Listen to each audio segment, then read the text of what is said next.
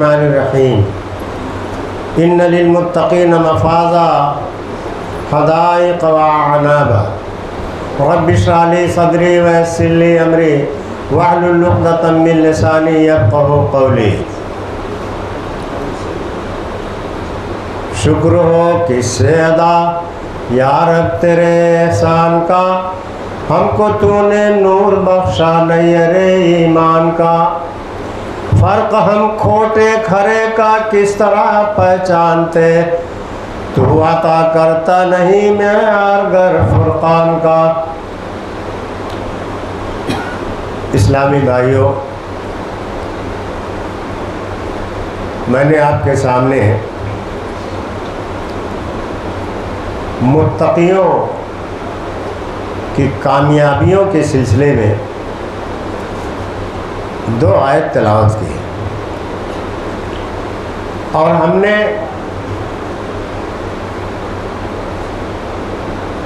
جو روزہ رکھا ہے، اب چند دن اور باقی ہیں۔ روزے کا مقصد بھی ہم نے سنا ہے خطبوں میں، تقریروں میں، کہ روزے کا مقصد تقوی ہے، کہ آدمی متقی بن جائے۔ اللہ تبارک و تعالیٰ نے فرمایا کہ لعلکم تتقون، کہ روزہ اس لیے اللہ نے فرض کیا تاکہ تم متقی بن جاؤ۔ تقوی کی تعریف یہ ہے کہ آدمی کے اندر، ایک مسلمان کے اندر ایسی کیفیت دل میں پیدا ہو جائے کہ وہ گناہ کے قریب جانے سے ڈرے۔ کرنا تو الگ ہے، گناہ کے قریب جانے سے ڈرے، یہ تقوی ہے۔ تو جو متقی ہو جاتا ہے وہ گناہ کے قریب بھی جانے سے ڈرتا ہے۔ روزہ اس کے لیے بہت بڑا سبب ہے، آدمی کے لیے تقوی ہو جائے، آدمی کے اندر تقوی ہو جائے، روزہ اس کے لیے بڑا سبب ہے۔ اور ہم نے رکھا کہ ڈرتا ہے۔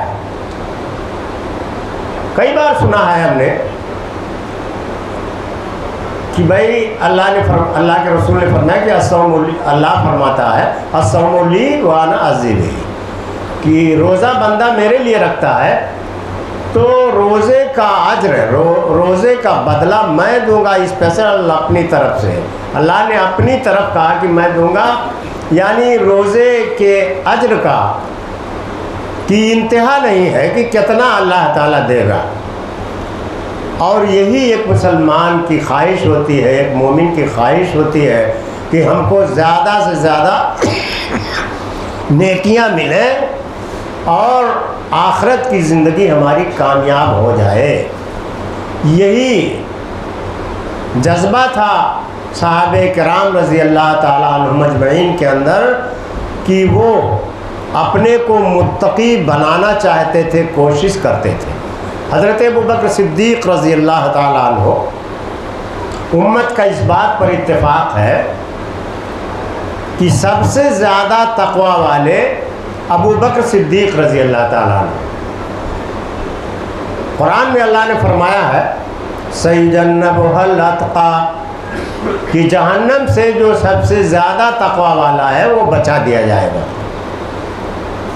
مفسرین نے لکھا ہے کہ الاتقی سے مراد یہاں ابوبکر صدیق رضی اللہ تعالیٰ عنہ، الاتقی یعنی سب سے زیادہ تقوی والا۔ اتقی یہ اسم تفضیل ہے، جس کو ہمارے نوجوان ہیں، بچے ہیں جو انگریزی پڑھتے ہیں، یہ سپرلیٹو ڈگری ہے۔ بھائی پازیٹیو، کمپریٹیو، سپرلیٹو ڈگری آتا ہے۔ ڈگری کی 3 قسمیں ہیں۔ انگریزی بھی میں نے پڑھا ہے۔ یہ بچہ یہ مسکرا رہے ہیں، میرے خیال کے ہاں محنت کیجئے پڑھنے میں، کوئی بھی علم ہو حاصل کیجئے۔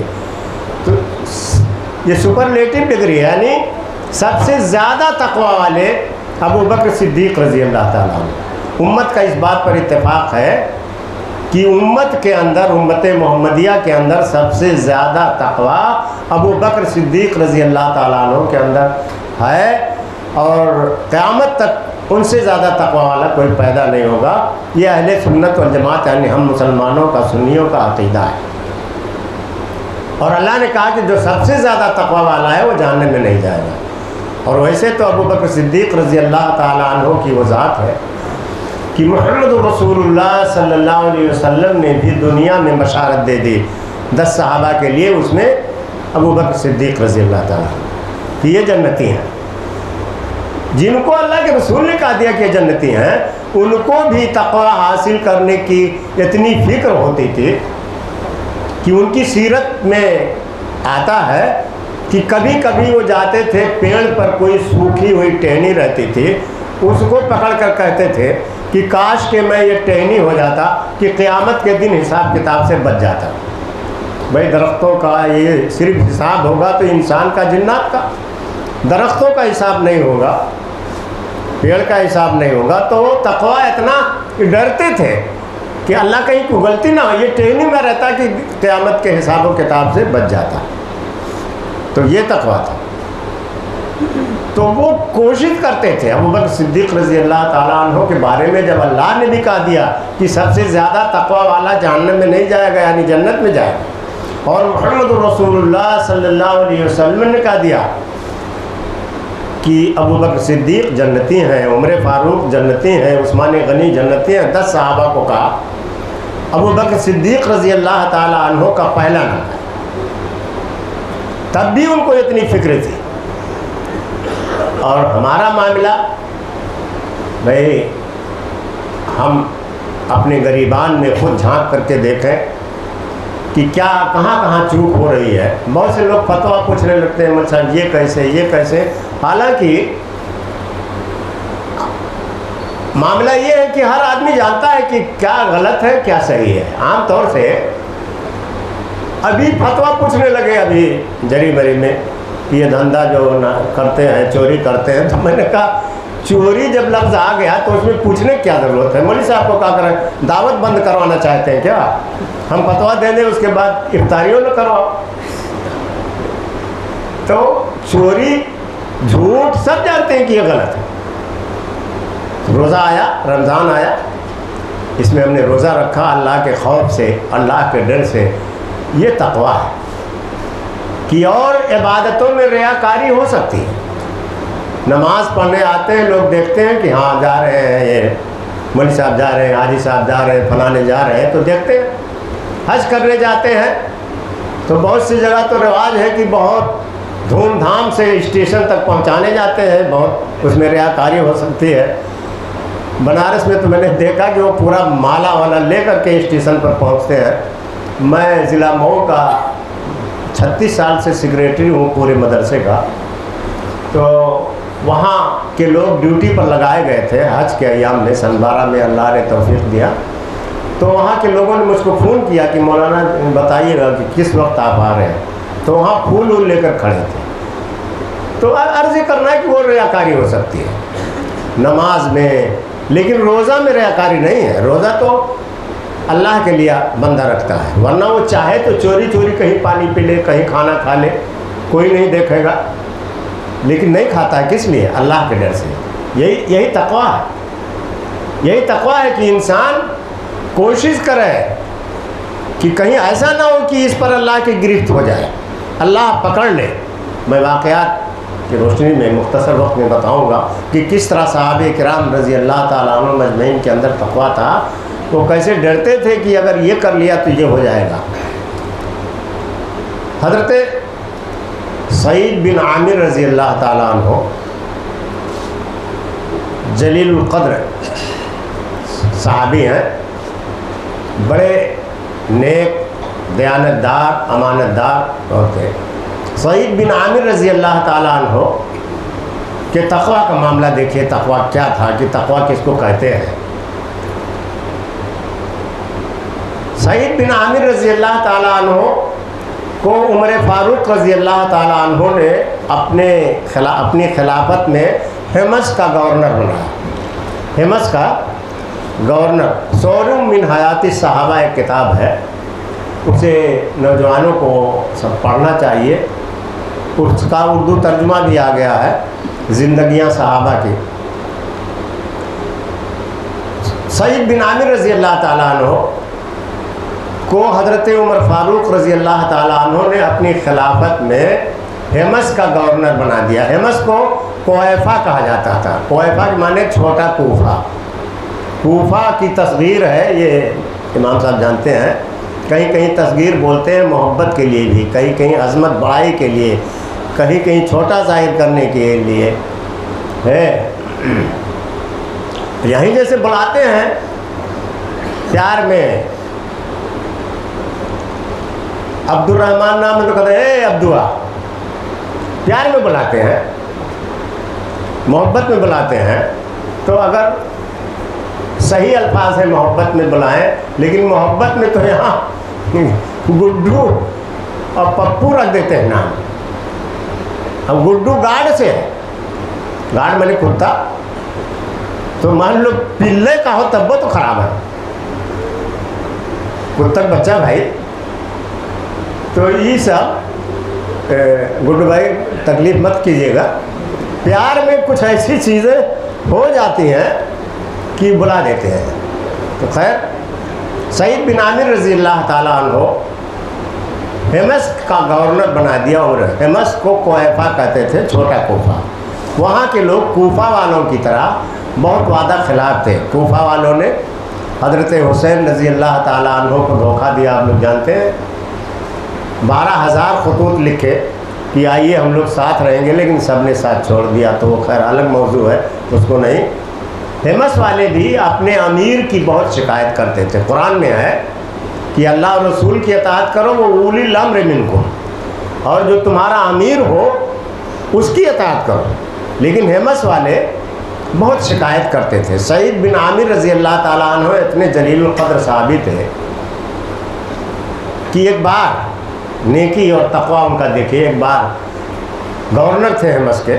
ایک بار عمر فاروق رضی اللہ تعالیٰ عنہ نے غربا اور مسکینوں کی ایک فہرست تیار کرنے کے لیے کہا کہ تاکہ میں ان تک مدد پہنچا سکوں.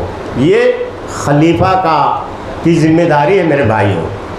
فہرست تیار کروانے کے لیے کہا کہ تیار کرو کون غریب ہے کون مجبور ہے، تاکہ میں اس تک مدد پہنچا سکوں. کہیں ایسا نہ ہو کہ اللہ تعالیٰ گرفت کرے کہ عمر فاروق تمہاری خلافت میں فلاں بھوکا تھا، وہاں کیوں نہیں غلہ پہنچا، کیوں نہیں مدد پہنچی، تو میں کیا جواب دوں گا. تو فہرست تیار کیا. تو سب سے پہلا نام جو لکھا تھا، موبائل بند کر لو، جو پہلا نام لکھا تھا سعید بن عامر لکھا تھا. جو فہرست تیار کی پہلا نام جو لکھا تھا سعید بن عامر. جب فہرست عمر فاروق رضی اللہ تعالیٰ عنہ کے سامنے آئی تو کہا کون سعید بن عامر؟ ہمس کے گورنر. لوگوں نے کہا ہاں امیر المومنین وہی ہے، سب سے زیادہ وہی ہے مسکین. گورنر ہمس ایک بڑا علاقہ، آج تو MLA ہو گئے، پردھان ہو گئے، کیا کیا ہوتا ہے. رفیق شادانی نے کہا تھا کہ ہار گئے پردھانی سرو، کرت رہے منمانی سرو. بڑا کھاتے پردھانی جیتنے پر کیا کیا. اور وہ ہمس کے گورنر تھے، لیکن مسکینوں کی فہرست میں سب سے پہلا نام سعید بن عامر رضی. عمر فاروق رضی اللہ تعالیٰ عنہ نے کہا سعید بن عامر. لوگوں نے کہا ہاں وہی ہے جو گورنر ہے. تو 1000 دینار ایک تھیلی میں رکھ کر کے ایک آدمی سے ان کو بھیجوایا کہ جاؤ ان کے گھر دے آؤ. ایک آدمی پہنچے اور 1000 دینار کی تھیلی دیا اور کہا کہ امیر المومنین نے آپ کے لیے دیا ہے، آپ اس کو خرچ کریں. تو جب تھیلی دیا تو سعید بن عامر رضی اللہ تعالیٰ عنہ کہتے انا للہ و انا الیہ راجعون. اندر بیوی نے سنا، کہا کہ دوڑی دوڑی آئی، کہا کہ کیا میرے سرتاج، کیا امیر المومنین کی وفات ہو گئی کیا؟ کہا نہیں، اس سے بڑی مصیبت آ گئی. کہا کہ کیا مسلمانوں کی کسی جنگ میں ہار ہو گئی کیا؟ کہا نہیں، اس سے بڑی مصیبت آ گئی. کہا کیا ہے میرے سرتاج؟ کہا کہ دنیا میرے پاس فتنوں کے ساتھ آئی ہے. انما اموالکم اولادکم فتنہ، مال و اولاد فتنہ ہے. کہا دنیا میرے پاس فتنوں کے ساتھ آئی ہے. امیر المومنین نے پیسہ بھیجا ہے، اشرفی بھیجا ہے. تو بیوی نے دیکھی، نیک بیویاں ملتی ہیں تو زندگی بدل جاتی ہے میرے بھائی. یہ ایک الگ موضوع ہے۔ بیوی نے کہا کہ اس میں کیا ہے، آپ پریشان کیوں ہیں، اس کو غریبوں میں مسکینوں میں آپ بانٹ دیجئے، آپ کو ہدیہ دیا ہے امیر المومنین، جو جائز ہے تو اس کو آپ غریبوں مسکینوں میں بانٹ دیں۔ چنانچہ سعید بن عامر نے کہا کہ اچھا ٹھیک ہے میری مدد کرو، اس کو چھوٹی چھوٹی تھیلی میں بھرو۔ اس کے بعد جب سارا روپیہ غریبوں مسکینوں میں بانٹ دیا تب ان کو تسلی ہوئی۔ اتنے نیک صحابی، اتنا تقوی والے صحابی، سعید بن عامر کے بارے میں حمص والوں نے شکایت کیا، امیر المومنین عمر خالد اتنے نیک آدمی کے بارے میں بڑی شکایت کرتے ہیں۔ ابھی کوئی اچھا آدمی گاؤں میں پردھانی کے لیے کھڑا ہو جائے تو ہار جائے گا، لیکن اٹانگ پٹانگ آدمی، بھائی دیکھیے میں سیاسی بات تو نہیں کرنا لیکن میں مثال دے رہا ہوں کہ میرا تجربہ ہے کہ اچھے آدمیوں کی قدر نہیں ہوتی۔ حمص والے شکایت کر رہے ہیں، اتنا نیک آدمی کہ گورنر ہوتے ہوئے مسکینی کی زندگی گزار رہا ہے، فقیری کی زندگی گزار رہا ہے، اس لیے کہ دارا و سکندر سے ہو مرد فقیر اچھا، ہو جس کی فقیری میں بوئے اسد اللہ۔ حضرت علی رضی اللہ تعالیٰ عنہ بھی معاشی اعتبار سے بہت کمزور تھے، لیکن اسد اللہ اللہ کے رسول صلی اللہ علیہ وسلم نے لقب دیا کہ یہ اللہ کے شیر ہے۔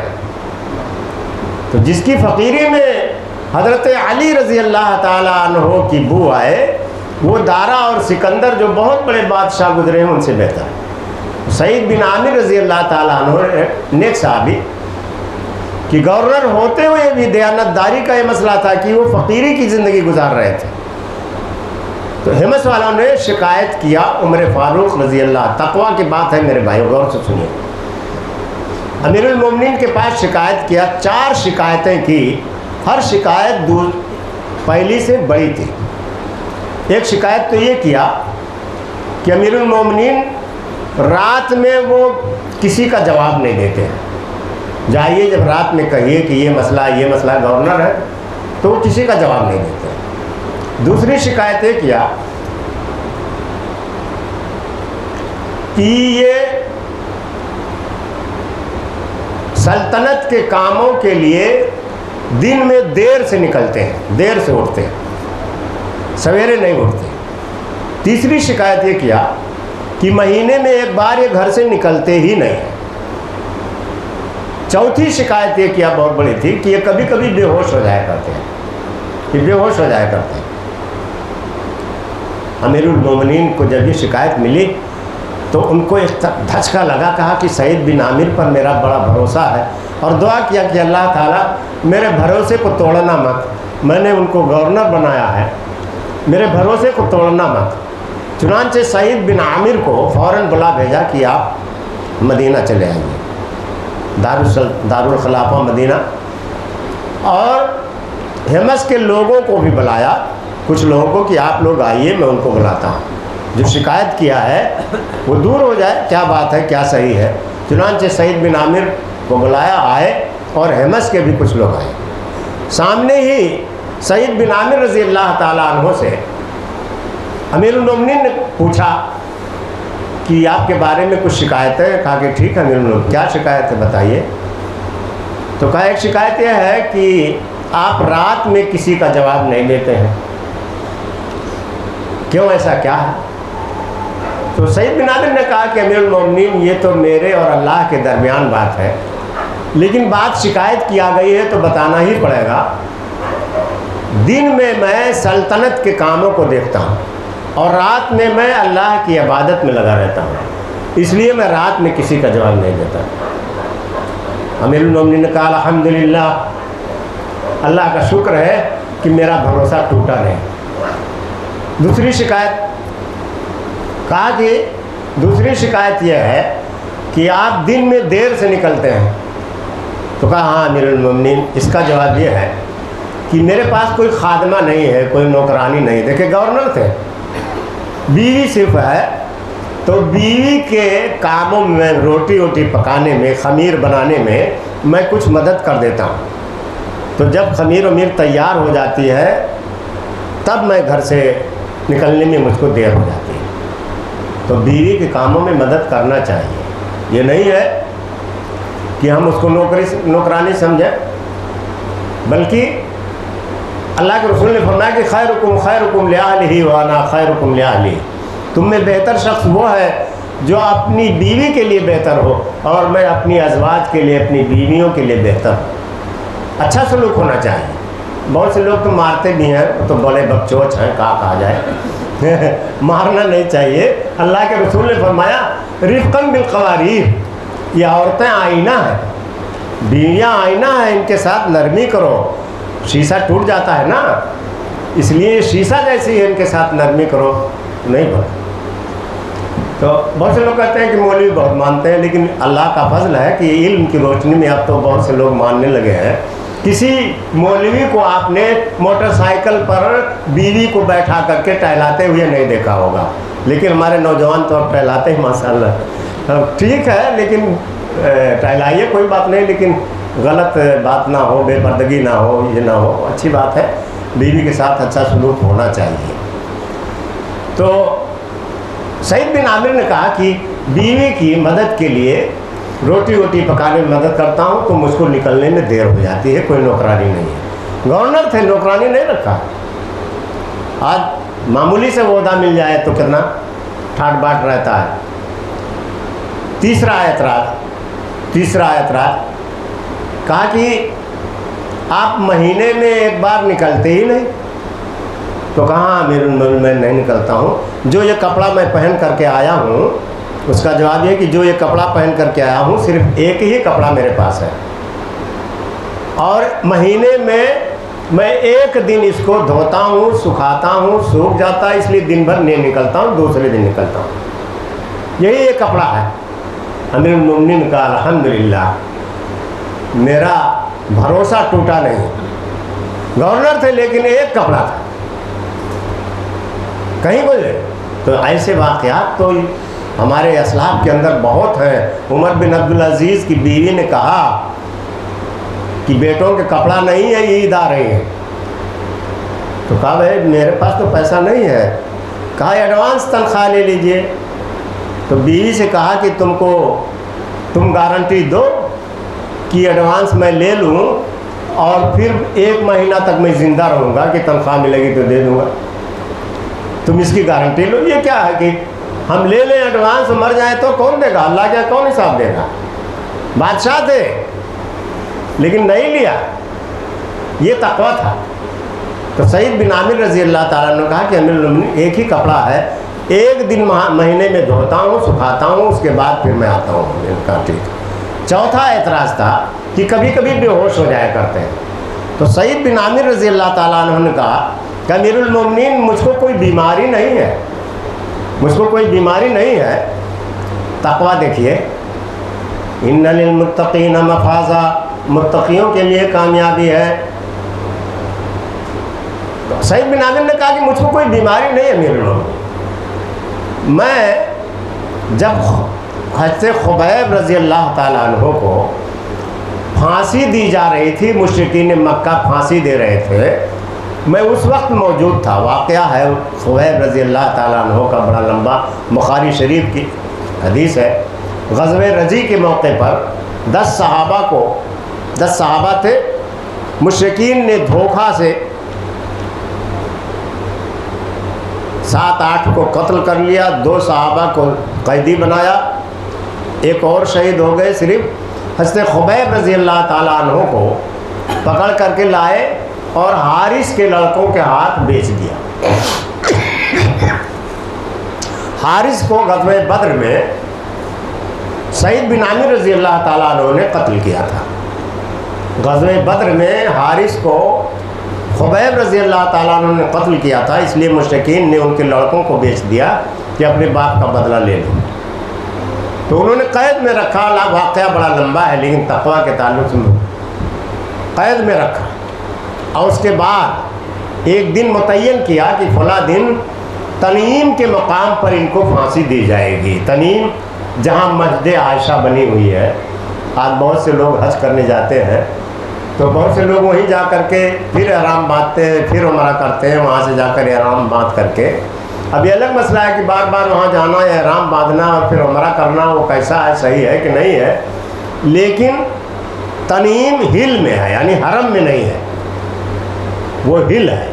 حرم کے اندر کسی جانور کو مارنا کسی کو، تو مشرکین مکہ بھی اس کا احترام کرتے تھے کہ پھانسی جب دینے کی بات آئی تو یہ کہا کہ ہل میں ان کو لے چلو، تنعیم میں، وہیں پھانسی دیا جائے گا۔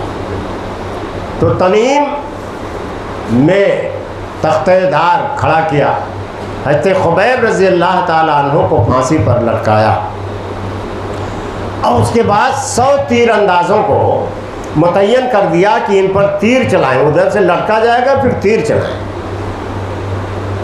بڑی بے دردی سے لٹکا دیا، 100 تیر اندازوں کو متعین کر دیا۔ اس کے بعد ایک کافر نے کہا کہ کیا تم یہ پسند کرو گے کہ تم کو پھانسی پر سے اتار دیا جائے اور تمہارے نبی محمد صلی اللہ علیہ وسلم کو معاذ اللہ اس پر چڑھا دیا جائے؟ تو انہوں نے کہا کیا ہے ناپاکو، تم یہ کہہ رہے ہو کہ مجھ کو اتار دیا جائے اور میرے نبی اس پر آ جائیں؟ میں تو اتنا بھی نہیں پسند کروں گا کہ مجھ کو اتار دیا جائے اور نبی پاک کے تلوے مبارک میں ایک کانٹا چبھے۔ جو جان مانگو تو جان لے لو، جو مال مانگو تو مال دیں گے، مگر یہ ہم سے نہ ہو سکے گا، نبی کا جاہو جلال دیں گے۔ سب کچھ قربان ہو جائے لیکن نبی کی شان پر کوئی آنچ نہیں آنی چاہیے، تو یہ کہتے ہو؟ تو خبیب رضی اللہ تعالیٰ عنہ کو پھانسی پر چڑھایا۔ تو یہ رواج ہے کہ آخری خواہش پھانسی پر چڑھانا، جس کو چڑھایا تھا اس سے آخری خواہش پوچھی جاتی ہے کہ آخری خواہش آپ کی کیا ہے۔ خبیب رضی اللہ تعالیٰ عنہ سے پوچھا کہ آپ کی کوئی خواہش ہو تو بتائیے۔ بھائی عام لوگ ہوتے تو کہتے کہ بھائی میرے بیٹے سے ملوا دو، میری بیوی سے ملوا دو، فلانا ڈھماکا یہ، لیکن انہوں نے کہا کہ 2 رکعت نماز پڑھیں۔ یہ 2 رکعت کی سنت شارحین حدیث نے لکھا ہے کہ حضرت سعید بن عامر رضی اللہ تعالیٰ عنہ نے قائم کی، کہا 2 رکعت نماز پڑھنے دو۔ چنانچہ سعید بن عامر رضی اللہ تعالیٰ عنہ نے ہلکی 2 رکعت سنت پڑھی، جلدی جلدی پڑھا، اور کہا کہ میں لمبی نماز پڑھتا لیکن مجھے یہ میں خطرہ لگا کہ آپ لوگ کہیں یہ نہ سوچیں کہ موت کے ڈر سے میں لمبی نماز پڑھ رہا ہوں، اس لیے میں نے ہلکی نماز پڑھی۔